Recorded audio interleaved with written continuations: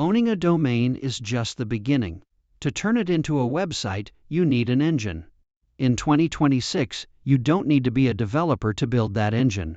Your hosting server has a one-click shortcut that does the heavy lifting for you. Today, I'll show you how to deploy WordPress in under a minute, and the one advanced checkbox you must hit to keep your site from crashing during future updates. Log into your hosting dashboard and look for the WordPress icon.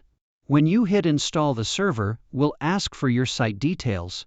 Here is the 2026 pro tip. Always select HTTPS as your protocol. If your host provides a free SSL, this ensures your site is marked as secure from second one. Pick a unique admin username, avoid using admin or your own name to stay invisible to brute force bots. In 2026, the biggest threat to your site isn't hackers, it's neglect. Look for the advanced options. Ensure auto upgrade to latest version is checked for both the WordPress core and your plugins. This turns your site into a self-healing system. If a security vulnerability is found at 3 a.m., your server will patch it before you even wake up.